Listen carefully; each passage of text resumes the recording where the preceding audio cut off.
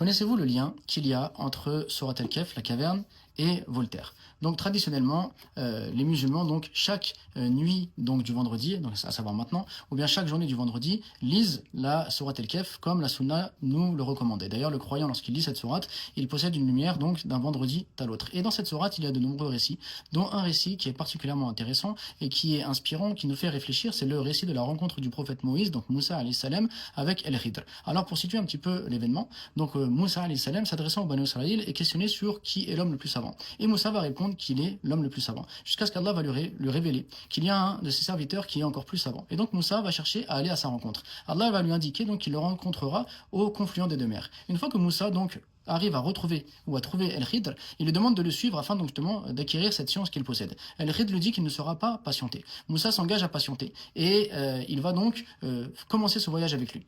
Et il va être choqué, étonné de voir El-Khidr qui va saboter un bateau de personnes donc de pêcheurs qui les avaient donc accueillis. Il va ensuite être étonné de voir que Moussa alayhi salam va tuer un enfant sans raison apparente. Et il va être étonné ensuite de voir que le Khidr va restaurer donc un lieu dans lequel se trouve un trésor pour une population qui n'avait pas été accueillante, qui ne nous avait pas accueillis lorsqu'ils avaient traversé le village dans lequel ils habitaient. Et donc, face à son étonnement, face à son manque de patience, El-Khidr va expliquer à Moussa qu'il ne peut plus continuer à le suivre.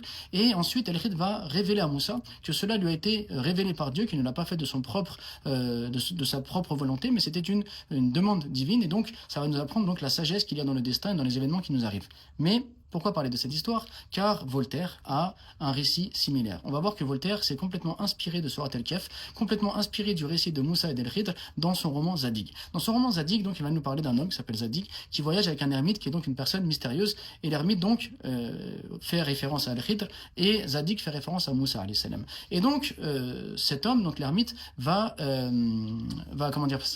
mettre un incendie chez des pauvres qui les avaient accueillis.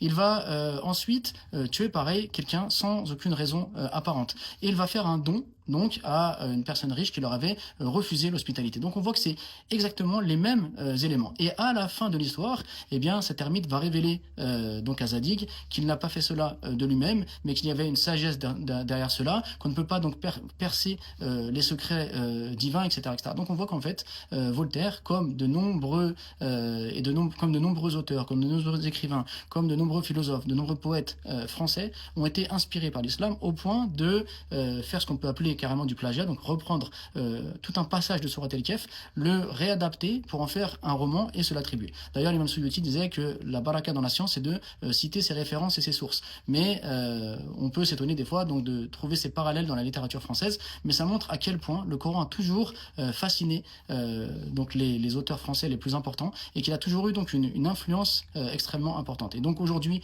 où on parle de l'islam à tort et à travers, eh bien il est intéressant de mettre en valeur justement les œuvres de ces grandes figures que sont Voltaire et les autres, et de montrer en quoi est-ce que le Coran a eu cette influence sur eux. Donc, lorsque vous lisez Sourate El-Kahf chaque vendredi, eh bien rappelez-vous que Voltaire l'a fait avant vous et qu'il s'en est même inspiré pour ce roman Zadig.